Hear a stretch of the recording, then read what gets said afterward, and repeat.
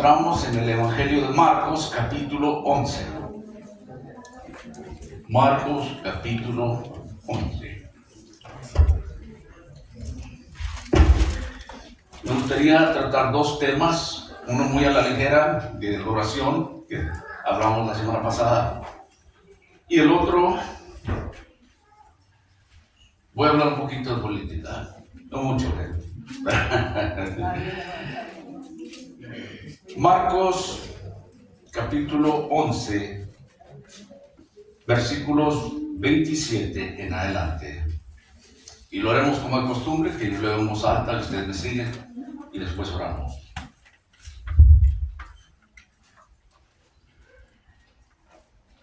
Volvieron entonces a Jerusalén y, andando por el templo, vinieron a él los principales sacerdotes, los escribas y los ancianos.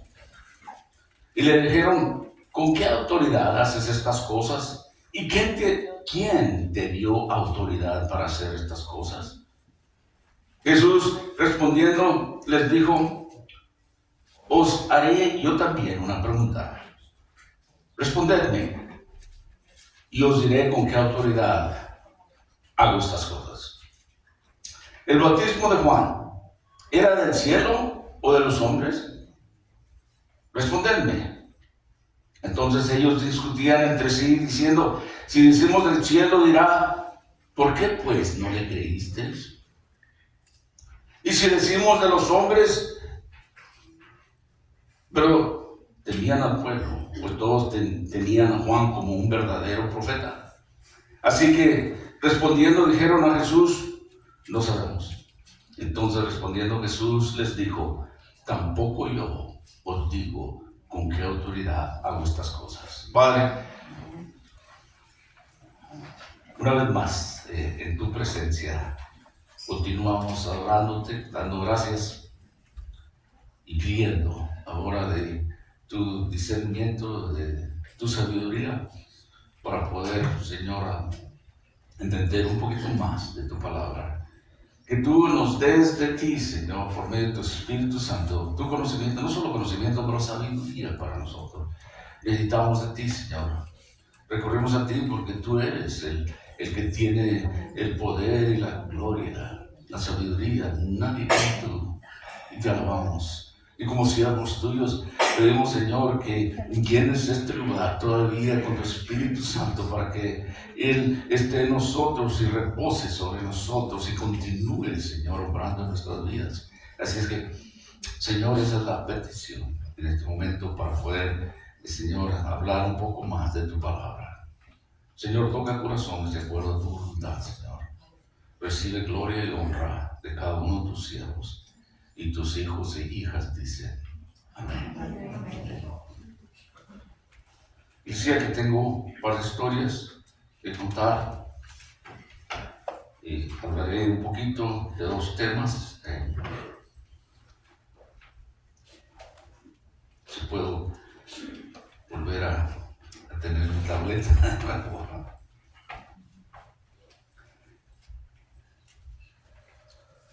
Terminamos la semana pasada hablando de la higuera maldecida que se secaba. Les decía que había un propósito más allá, que siento que la higuera habla también de la gente, ¿verdad? Porque en otras ocasiones he dicho que hay muchas higueras verdes con hojas, pero no hablando de nosotros. Pero la parte final de ese texto, ahí en el versículo 24, nos habla de la oración, del 24 en adelante. Es lo que quería repasar un poquito, recalcar sobre cómo él toma esa parte y nos habla de oración cuando está hablando de hijos. Y luego nos da ahí. Y nos habla también de mover, con la fe, de mover montañas. Y obviamente que hablamos de eso que no es literal, ¿verdad? Yo no he visto a nadie que mueva una montaña y no dice que nosotros vamos lo que está hablando es que las cosas que parecen como una montaña para nosotros, con fe, pueden ser removidas. Es decir, los obstáculos de nuestras vidas. Pero se encontraba un joven que en la universidad había conocido a una joven y, por supuesto, hicieron novios. Y ella lo había invitado a que fuera a su pueblo. Ella venía de un pueblo pequeño y le había invitado a que conociera a la familia, a cenar. Y este hombre por primera vez llegaba a esta pequeña ciudad natal de su novia. Vamos a llamarlo Armando. Si hay algún Armando aquí es pura coincidencia. No.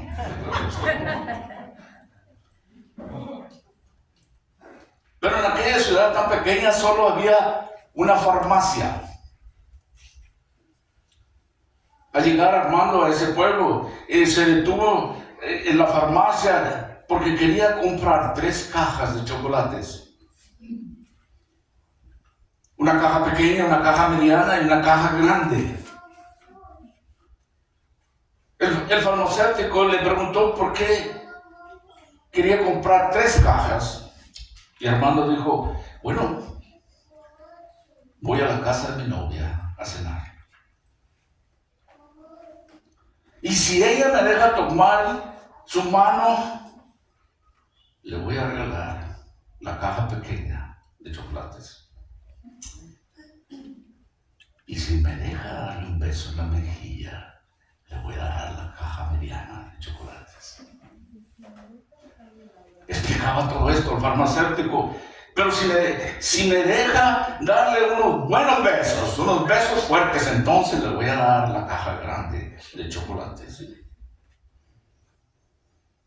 Esa noche, cuando llegó Armando a la casa de su novia, y el padre de aquella muchacha, de aquella joven, le pidió a Armando que orara antes de cenar.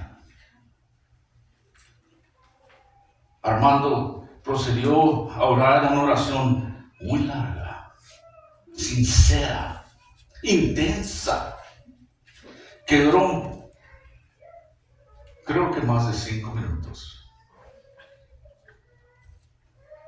Cuando finalmente dijo amén, su novia se le acercó y le dijo, Armando, nunca me dijiste que podías hacer oraciones tan bonitas, tan poderosas. Y Armando le dice, y tú nunca me dijiste que tu padre era farmacéutico.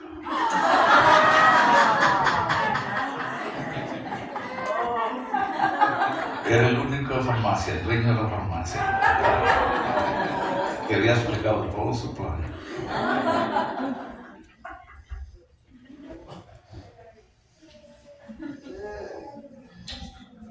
La Biblia tiene mucho que hablar de la oración.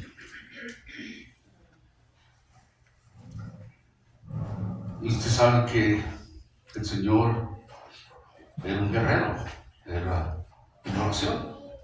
Él siempre se retiraba a orar, y de hecho en las tardes, cuando ya habían llegado a Jerusalén, que estaban cerca de la cruz, ya en las tardes salía y oraba. Y obviamente su oración eran tan poderosas, tan fuertes. Necesitaba para pasar esa copa tan fuerte y tan dura en la cruz.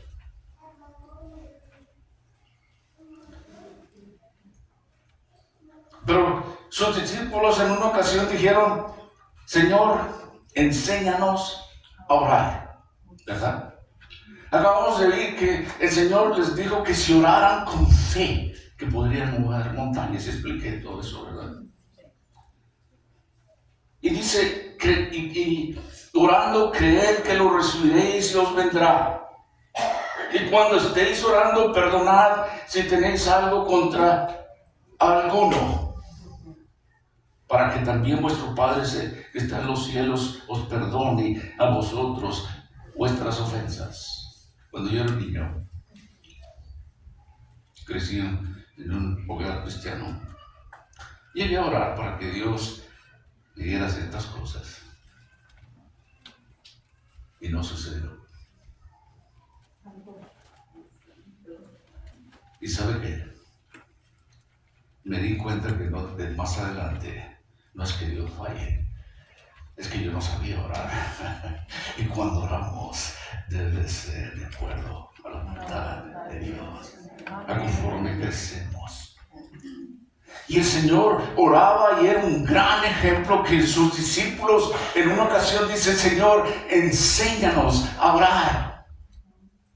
¿No? Nunca oramos usted algo así. Señor, enséñame a orar.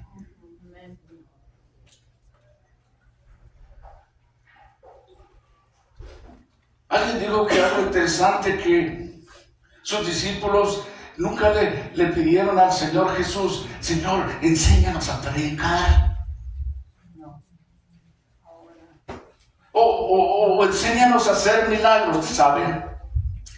Creo que una masita por ahí, no, como muchos hacen hoy en día. Pero los discípulos nunca preguntaron eso. Una cosa de Dios: enséñanos a orar. Y lo que nosotros necesitamos, ¿verdad?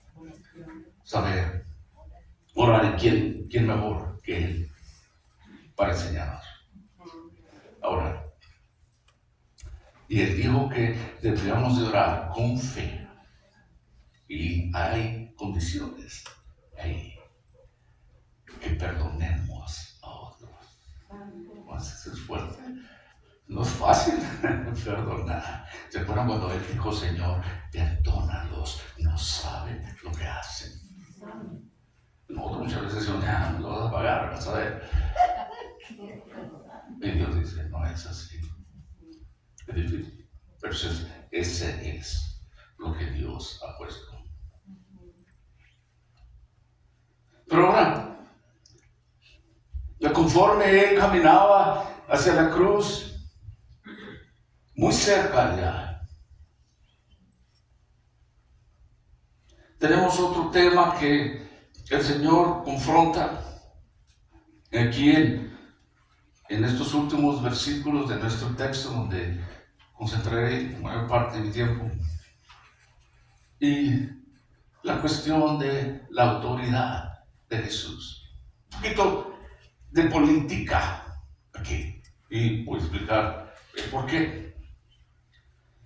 Y dice que cuando llegaron a Jerusalén, mientras Jesús caminaba por los atrios del templo, los principales sacerdotes, los maestros de la ley y los ancianos se le acercaron y le preguntaron: ¿con qué autoridad haces estas cosas? Y otra pregunta: ¿quién te dio autoridad para hacer esto? ¿Saben por qué? Ellos eran la autoridad supuestamente. Pero un dato importante: todas las personas o la mayoría de personas que entraron en contacto con el Señor Jesús durante su ministerio público en esta tierra, en algún momento se han de haber preguntado: ¿quién es este hombre? ¿Quién será que tiene tanto poder?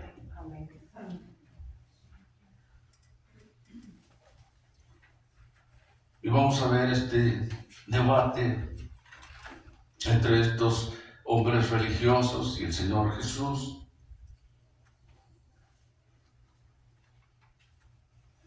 Y cuando uno piensa, por ejemplo, en la política, y precisamente ahora que estamos cerca de las elecciones, de votar y elegir un nuevo presidente para esta nueva sesión, vemos los debates en la televisión, en los medios de internet, esos debates fuertes, acalorados, ofensivos. Pero alguien dijo también que hay muchas maneras de debatir las cosas. Algunos piensan que hay una persona que es buena para estas cosas, un debatiente es una persona que le encanta hablar. Y no es necesariamente así. Hay muchas personas que nos gusta hablar, pero entre más hablamos, nos metemos más en problemas. Sí, sí.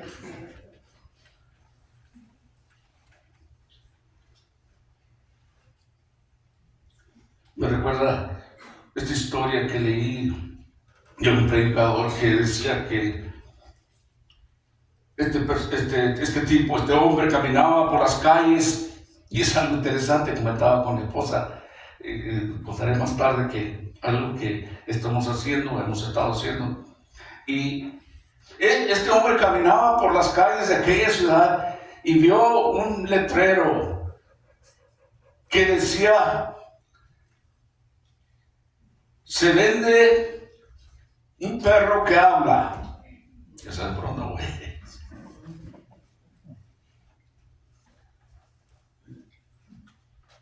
Interesado que el hombre llegó a la casa, tocó el timbre y el dueño habló con el dueño, y el dueño dice: el perro está en el patio de atrás de la casa.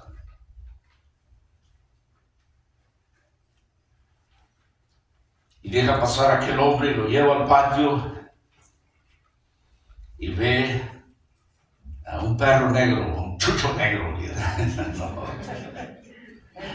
Decía yo que qué interesante que mi esposa y yo hemos estado yendo a buscar perros a esos centros de animales. Y te cuento esta historia. Ya tengo el nombre para mi perro. No sé si me dejan, pero quizá le llamen Chucho.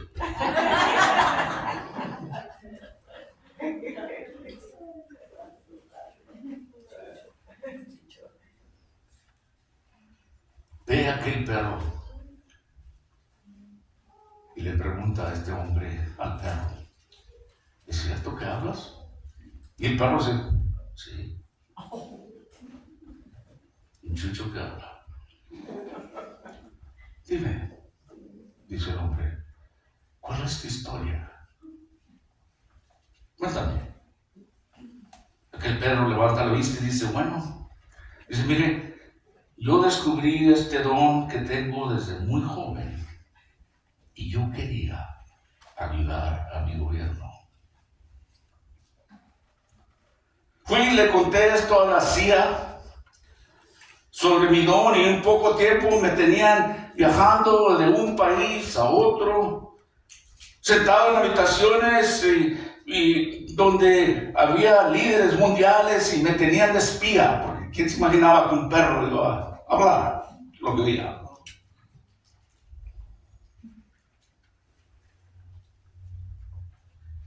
Pero ibas a estar espiando, era mi trabajo.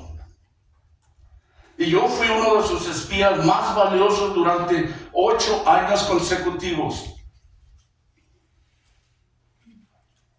Pero estar volando constantemente me cansó. Usted sabe, a los 8 años ya no estoy tan joven. Yo quería sentar cabeza en algún lugar. Así es que quería agarrar un trabajo local y me escribí en un trabajo que estaba disponible en un aeropuerto. Y también era un trabajo de seguridad, pero obviamente que yo iba a estar encubierto, ¿no? Y principalmente mi trabajo estaba rodeado de personas sospechosas en el aeropuerto, y mi trabajo era escucharlos. Y vine a descubrir algunos negocios increíbles ahí, y me concedieron una serie de medallas y todo eso. Bueno, me casé, tuve una esposa, dice el perro. Tuvimos un montón de cachorros, de chuchitos, ¿verdad? Pero ahora ya me retiré, me he jubilado. El tipo que hablaba con aquel perro estaba asombrado y se vuelve y pregunta al dueño: ¿qué quiere usted? ¿Cuánto quiere usted por este perro? El dueño le dice: dame $10. Es increíble, dice el hombre. ¿Por qué lo vendes tan barato? El dueño responde: es porque es un mentiroso, él no ha hecho nada de eso.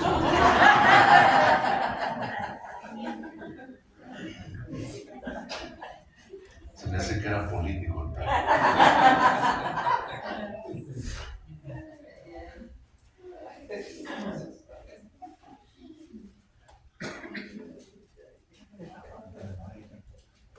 El Señor iba a tener este debate con estos fariseos políticos, por decirlo así, en aquellos días. Pero una persona que debate tiene que ser más que un simple conversador. Tiene que ser capaz de articular lo que él quiere decir, sus ideas.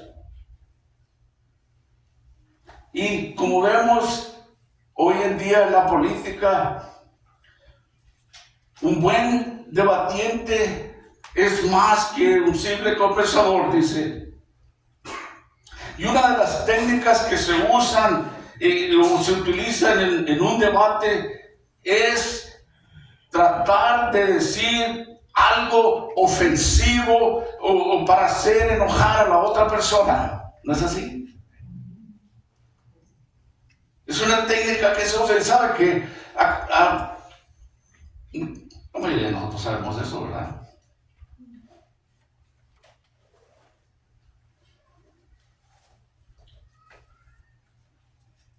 Cuando alguien nos ofende,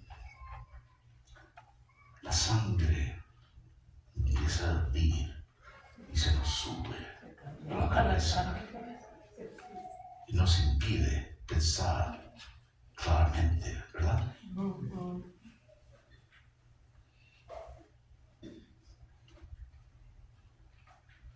Y hay gente que es buena, no nomás en la política, puede ver en la iglesia, así, usa esas técnicas para debatir a otro, para sobajar. No, obviamente no debe ser así, pero lo hacemos.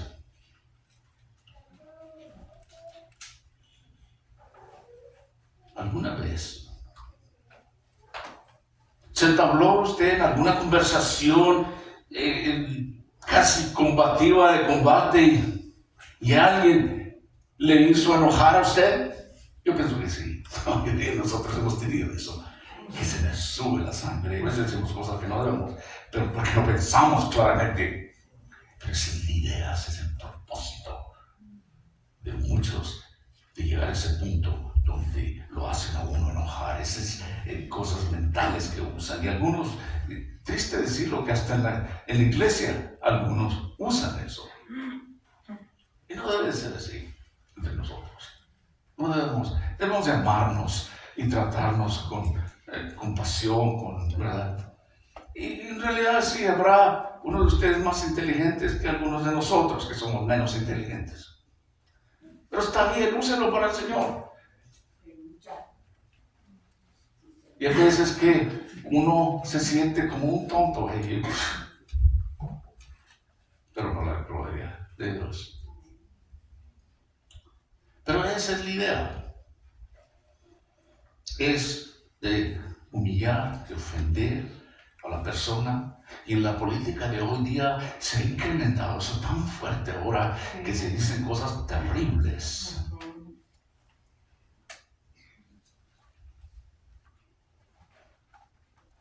Pero cuando alguien lo ofende a uno, que luego y entra uno en esas conversaciones acaloradas y se va uno a casa y llega a casa y una vez que ya ha bajado el coraje y empieza a tranquilizarse, y empieza ya uno más calmado, empieza uno a pensar en una serie de cosas que, ¿cómo no le dije esto? Debería haber dicho lo otro. Pero cuando uno se enoja, no puede decir esas cosas, ¿verdad? Y aquí está este grupo de hombres que quiere debatir con el maestro, con el Señor de los debates. Jamás le iban a poder ganar. Y lo trataron muchas veces.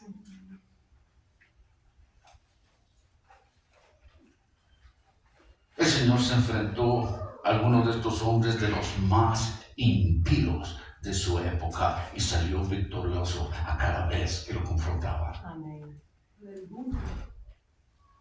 Pero vamos un poquito más entre este debate que empieza con estos hombres.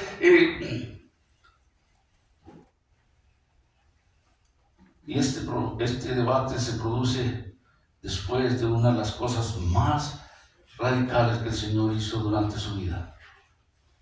Después de que el Señor había hecho esa limpieza en el templo, en los versículos anteriores, cuando Él entró al atrio de los gentiles, del público en general. Recuerda que hablamos de que había 4 atrios alrededor del templo, ¿verdad?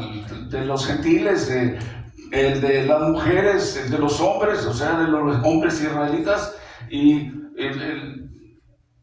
y el de los sacerdotes, y luego estaba el lugar santo y el lugar santísimo, que solo el sumo sacerdote entraba ahí.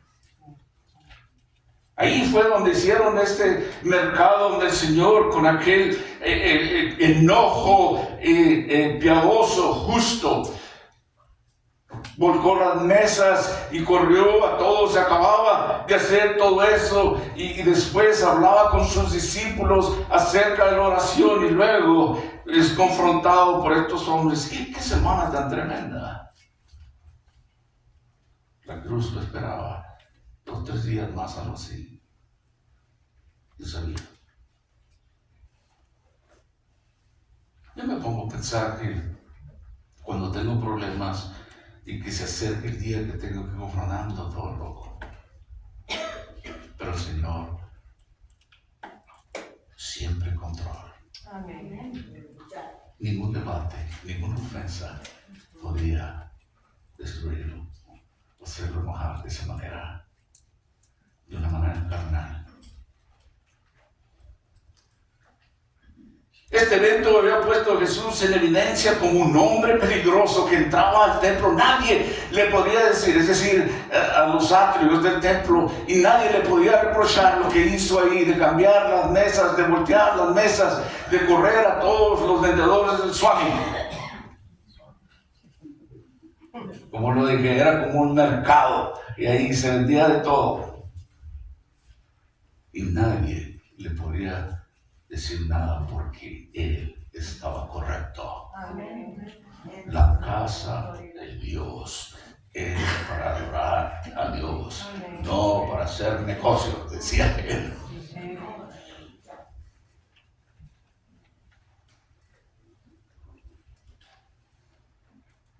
Y para ellos, este hombre, Jesús, era un hombre muy peligroso.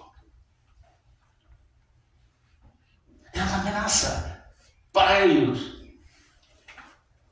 Así es que decidieron de mandar una delegación oficial de líderes religiosos que vinieron a Jesús y le exigían saber quién le autorizó a hacer una escena en el atrio del templo y hacer estas cosas que él estaba haciendo. ¿Quién te dio autoridad? ¿Con quién? ¿Con qué autoridad haces estas cosas? Y él les dijo, les voy a responder, pero primero, díganme ustedes, ¿con qué autoridad Juan el Bautista hizo lo que hizo?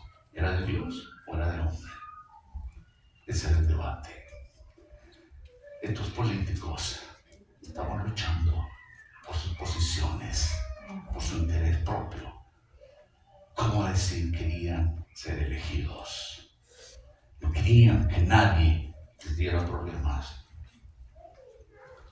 Y este grupo, esta delegación de hombres, de gobernantes oficiales dentro de aquel templo. Eran aquellos sumos sacerdotes, eran el clero, los ministros profesionales que obtenían sus ganancias y sus ingresos del templo.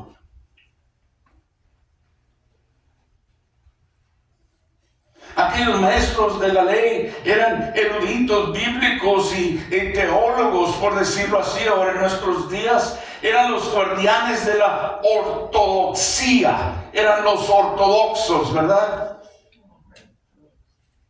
Los expertos designados supuestamente para comprender y aplicar el Antiguo Testamento, la palabra de Dios, la ley. Podría decirlo hoy en día que eran supuestamente los expertos y que podían decir lo que la Biblia dice, solo ellos. Líderes laicos, como decimos hoy en día, y era la mayoría de ellos de un grupo llamado fariseos.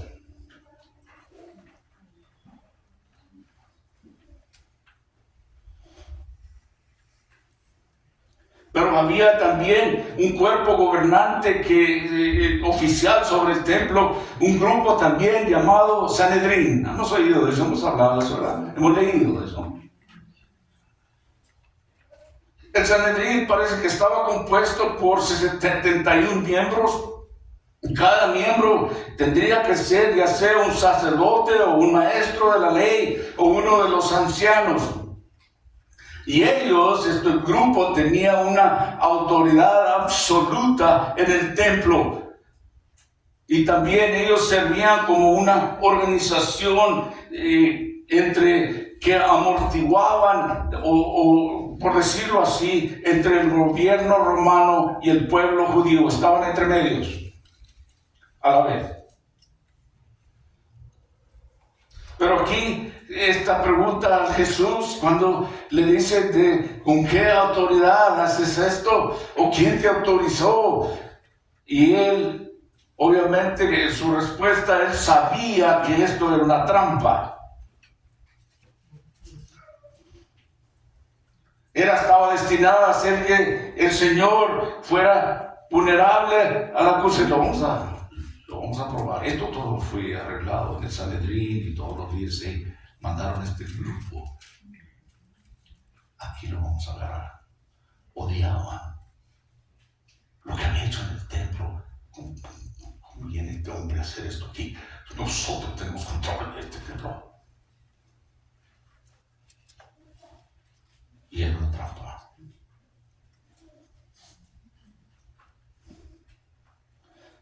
Y lo hacían por un par de razones. Y ellos querían exigir públicamente la autoridad del Señor Jesús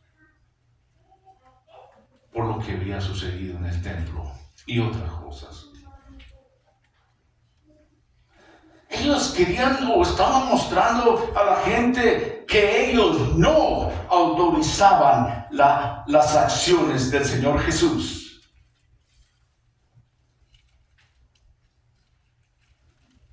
Todo lo que sucedía en el templo se suponía, o ellos pensaban que estaba bajo la autoridad de ellos.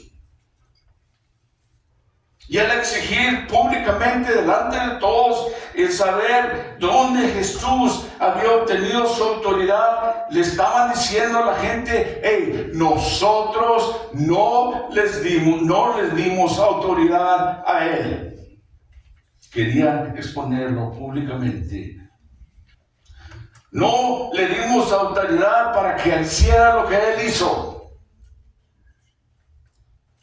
Políticamente, podríamos decir que era un movimiento inteligente, ¿no? O sea, como en la política siempre están buscando y yo estoy perdido. Yo estoy convencido que ningún puesto político, ningún de este nos va a salvar de nada. El único que nos puede ayudar es Dios. Jesús. Antes se escuchaba ciertos canales de televisión, unos estaban de un lado y otros canales de televisión del otro, y se echaban acá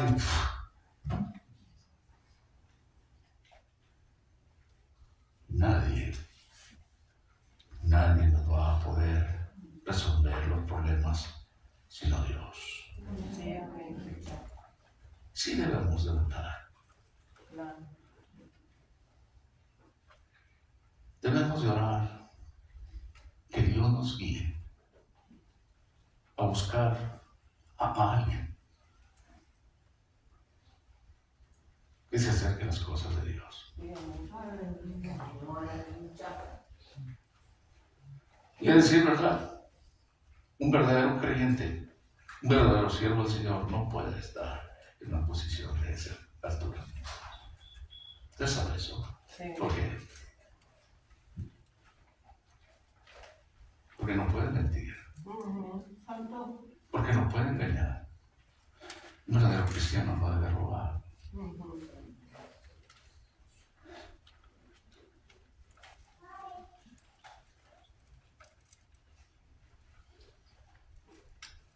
Pero políticamente era un movimiento inteligente de su parte para desacreditar al Señor Jesús sin acusarlo directamente. Usted sabe de esas cosas que se hacen, como que se tira la piedra y lo esconde la mano.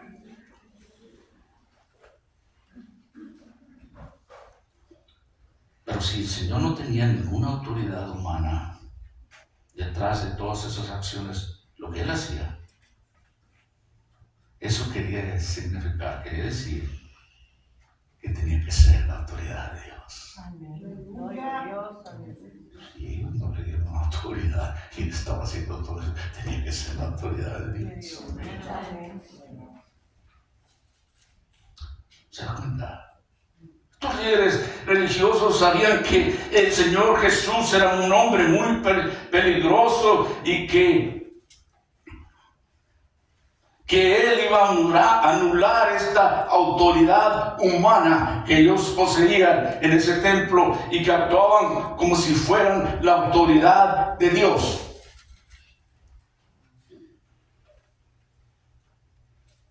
Pero solo alguien que afirmaba ser el verdadero rey de Israel podría hacer estas cosas.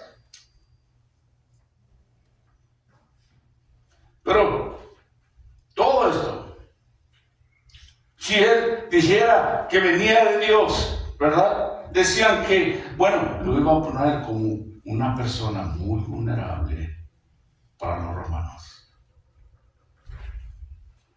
La trampa. Si nos dice esto, por acá, no. Pero el Señor, el mejor debatiente que hay, por la verdad y la justicia, que jamás nadie puede engañar.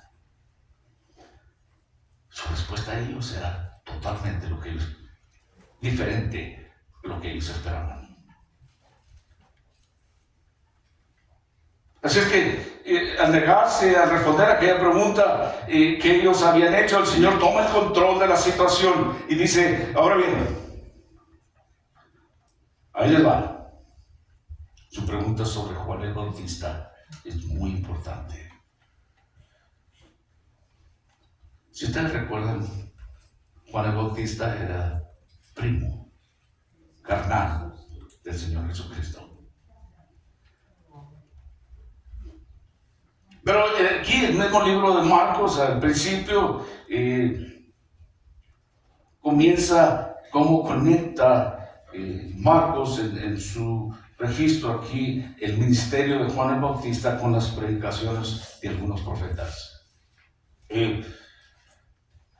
Mire Marcos capítulo 1, versículo 1 al 4. Esto es lo que leemos. Principio del Evangelio de Jesucristo, Hijo de Dios. Marcos escribiendo, como está escrito en Isaías el profeta, he aquí yo envío mi mensajero delante de tu faz, el cual preparará tu camino delante de ti. Voz que clama en el desierto, preparad el camino del Señor, enderezad sus sendas. Juan bautizaba en el desierto y predicaba el bautismo de arrepentimiento para perdón de pecados. Marcos citaba dos antiguas profecías hebreas hablando, describiendo a Juan el Bautista. y les tocaba ver a ellos. En Malaquías capítulo 3, versículo 1 también leemos aquí: yo envío mi mensajero, el cual prepara el camino delante de mí, y vendrá súbitamente a su templo el Señor a quien vosotros buscáis, y el ángel del pacto a quien deseáis vosotros. He aquí viene, ha dicho Jehová de los ejércitos. Y fíjense una cosa más, si quiere hablar de la Trinidad, he aquí yo envío mi mensajero, el cual prepara el camino delante de mí, delante del Señor Jesús. Pero al final dice yo, Jehová. ¿Se da cuenta?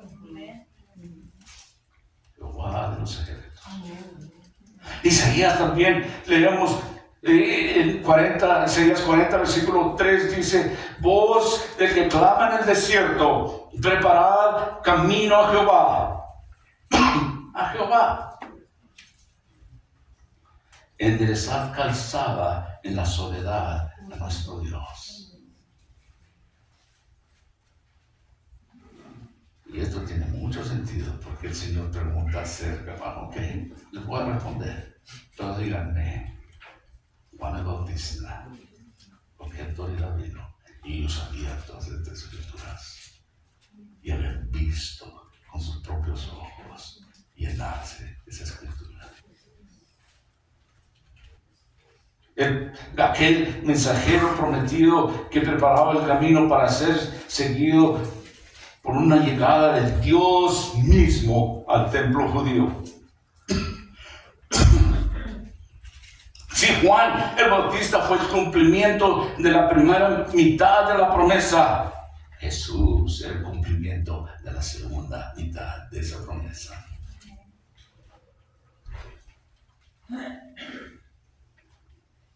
Es de ahí donde Jesús obtiene su autoridad para hacer cosas, para hacer una escena en el templo, para hacer lo que hizo. Y ahí Jesús es el Señor. Amén. Jesús es Dios. Amén. Jesús era el precursor de Juan el Bautista. Él es el que seguía en la promesa hecha por Isaías. Dios por medio del profeta Isaías, Dios por medio del profeta Malaquías, diciéndole cientos de años, y lo probaba.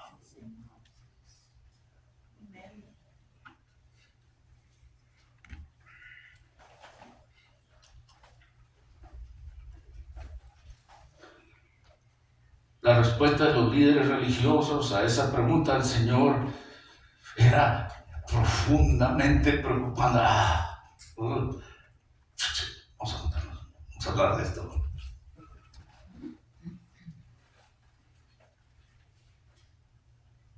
Admitimos el bautismo de Juan, que fue ordenado por Dios. Entonces Él nos va a preguntar: ¿por qué no le creísteis a Juan el Bautista?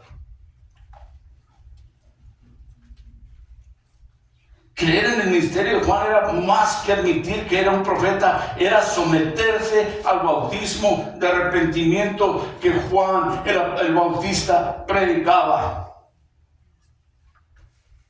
El mensaje de Juan el Bautista era único porque estaba desafiando a aquellos judíos a hacer algo que normalmente solo se exigía a los no judíos que se convirtieran al judaísmo. Cuando una persona no judía se convertía al judaísmo, esa persona se sometía a una especie de bautismo. Así que cuando Juan llamaba a los judíos a ser bautizados como una expresión de su arrepentimiento, les estaba diciendo que tenía que convertirse al igual que el no judío que se convirtiera al judaísmo. Está muy fuerte. ¿Puede usted entender por qué, o podemos entender por qué aquellos líderes religiosos no querían a Juan, no querían al Señor Jesucristo?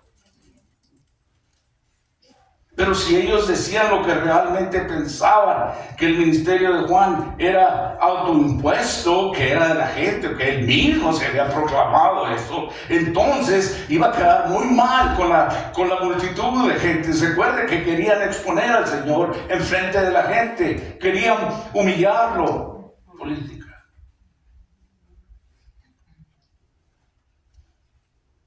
Entonces, después de hablado acerca de estas cosas, obran por hacer el camino de no comprometerse y fingen ignorancia.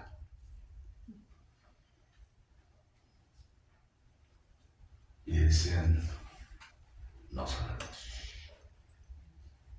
Política, ¿no? No se compromete a nada. Mentirosos. Les queda chuchos. No había hecho las cosas que decía.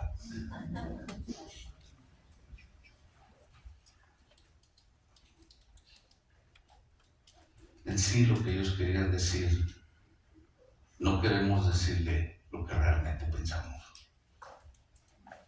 ¿Sabe por qué? Porque nos iba a hacer quedar muy mal con la gente.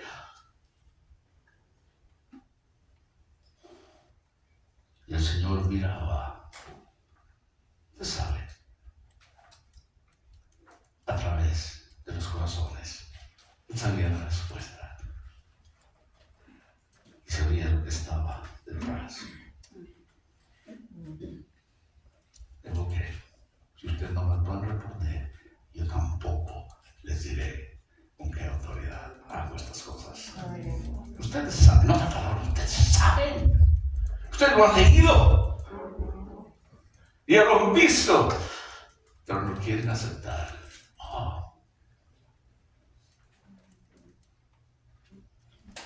Si rechazaron el ministerio de Juan el Bautista, ya rechazarían al Señor Jesús. Es como, ¿no han visto esos dominados cuando los ponen todos juntos, se cae uno y empiezan a caer todos los demás?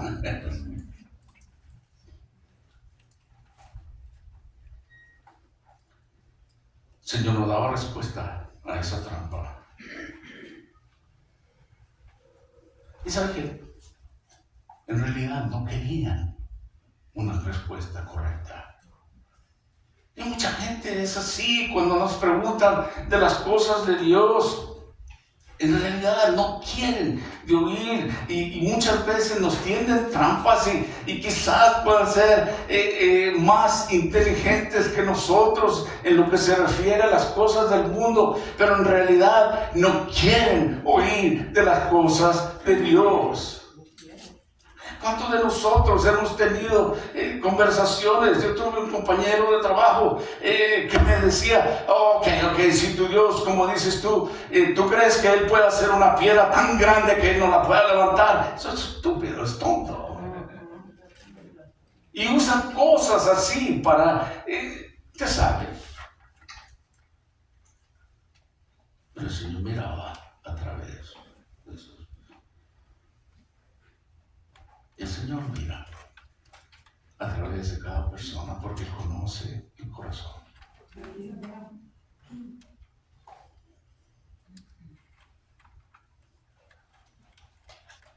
Una trampa.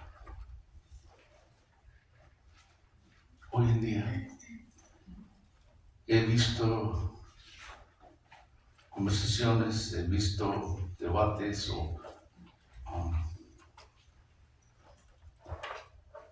con estos medios de internet que tenemos acceso a tantas cosas. Y he visto cristianos que son ofendidos.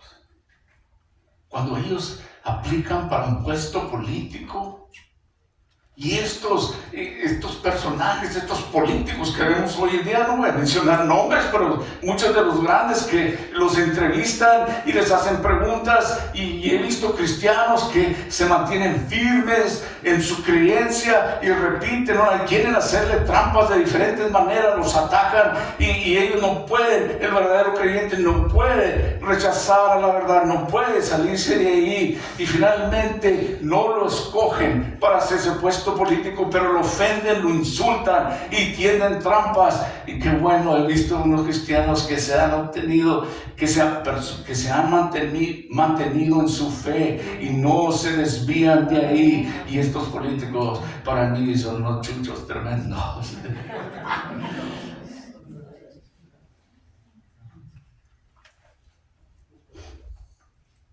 Yo recuerdo también una ocasión donde en un trabajo que yo tuve, duré muchos años en una compañía, Dios me había dado favor con muchos compañeros y después que me salí regresé y un ingeniero me dice: Samuel, ¿quieres ser el supervisor aquí?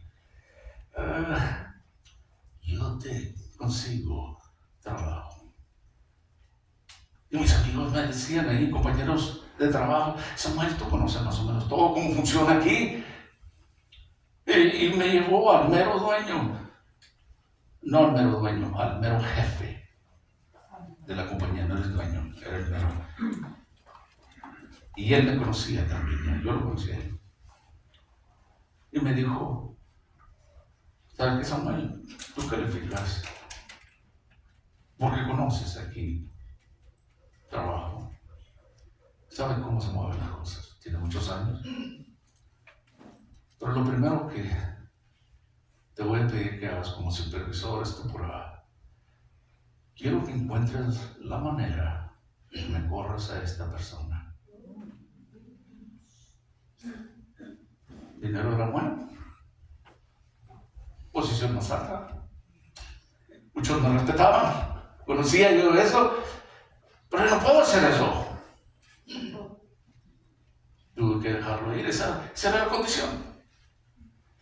Una gran política de cómo insultar a una persona, ¿verdad? Cómo hacerlo, y lo hacer de una manera que hasta con una sonrisa. No puedo hacer eso. Hay gente que depende de él, su familia. ¿Cómo voy a hacer yo algo nomás así para tener yo esa posición y poder ganar más dinero? Pero así es en el mundo donde vivimos. Todos tenemos que hacer decisiones a un momento u otro en nuestras vidas, ¿no? Y escoger. Pero estos líderes que les decía, cristianos, que me da pena verlos, pero a la misma vez me alegría que se han sostenido fuertes en su fe, aunque han sido ofendidos y la parte del mundo los mira como nada. Pero un creyente que los mira, saben que son siervos de Dios.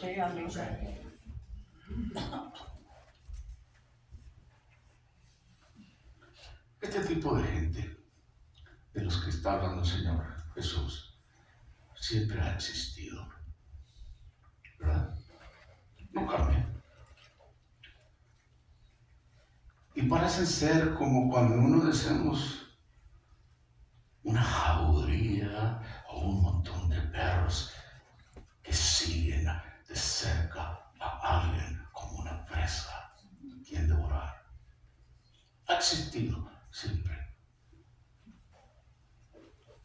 El Señor conocía su corazón, conocía sus intenciones y se negó a darles la respuesta que ellos querían.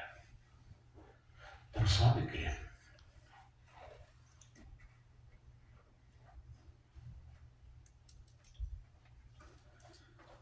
El Señor ha mostrado a mucha gente en aquellos días y hoy en día lo que Él puede hacer. Y además, el Señor dijo esto en Mateo capítulo 11. Voy a cerrar con esto, de los versículos 25 al 30. El subtítulo es: venid a mí y descansad. Dice: en aquel tiempo respondió Jesús, dijo: te alabo, Padre, Señor del cielo y de la tierra, porque escondiste estas cosas de los sabios y de los entendidos y las revelaste a los niños. Sí, Padre, porque así te agradó. Todas las cosas que fueron entregadas, todas las cosas me fueron entregadas por mi Padre, y nadie conoce al Hijo sino el Padre, ni al Padre conoce alguno si el Hijo y aquel a quien el Hijo lo quiere revelar. Y luego dice esto: venid a mí todos los que estéis trabajados y cargados, y yo os haré descansar.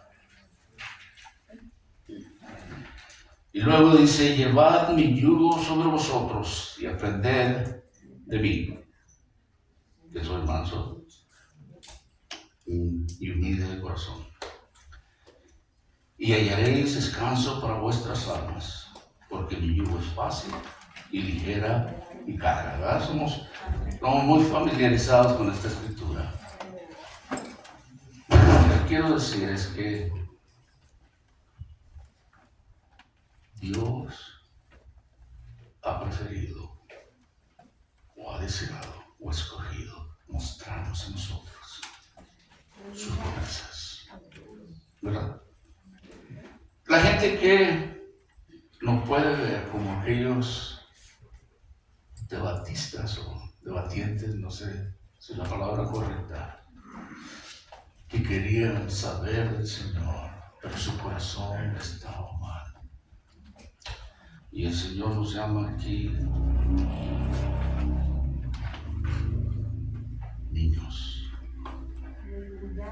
Se lo ha revelado a los niños. Es decir, no un niño de una manera infantil, obviamente, ¿verdad?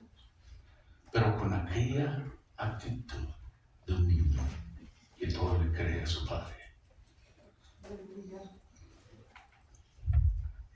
Es tiempo.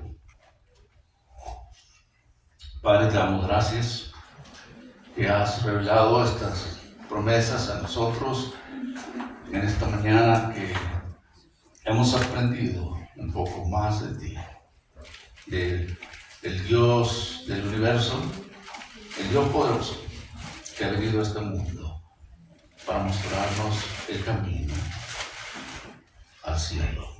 Tú, Jesús, has probado cantidad de veces tu poder y tu autoridad. Lo has hecho en nuestras vidas. Y Señor, tú estás trabajando en todas las personas que se quieran acercar a ti de esta manera. Tú tienes la autoridad.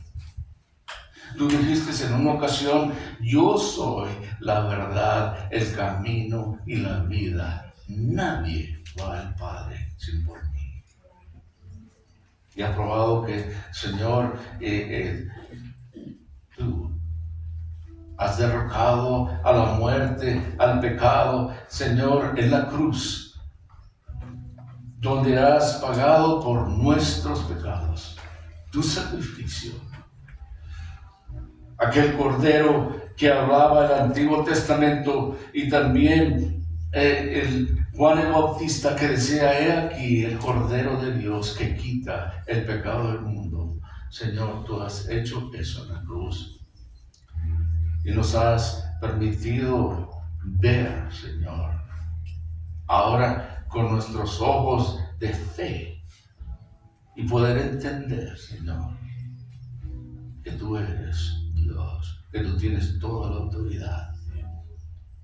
Y Señor, nuestra oración es para aquellos que, Señor, han estado quizás en la línea, debatiendo entre sí mismos si vendrán a tus pies o no, si será tiempo. Tu palabra nos dice que hoy es el día de la salvación, el tiempo propicio es hoy. Gracias, Señor, que podemos ver eso. Y mi oración es para aquellos que no te conocen, Señor, que este día puedan decir: Señor, tú tienes la autoridad, tienes el poder y la autoridad. Tú has vencido la muerte, tú has resucitado, tú has ascendido, tú fuiste a preparar un lugar para nosotros, porque tu palabra nos dice, Señor. Y ahora yo, por fe, vengo a tus pies y te entrego mi vida. Ruego en ti, ahora. Señor, te doy gracias por este maravilloso conocimiento. Señor, toca mi corazón y toca mi alma. Esa debe ser nuestra petición. Y, Señor, preciosa promesa que nos has dado. Señor, yo oro por aquellas personas que, como había dicho, que no te conocen, pero y aquellas que aún te conocen y han estado caminando en tus caminos, Señor, que tú los mantengas firmes, Señor. Aun cuando se acercan estos perros, esbirros, trabajadores del enemigo, con deseos de, Señor, de aporrear a tus siervos. Que tú, Padre, con tu mano protectora continúes guiándolos y haciéndolos crecer en tus caminos. Padre, nuestras peticiones y nuestras oraciones lo hacemos en el nombre de Cristo Jesús.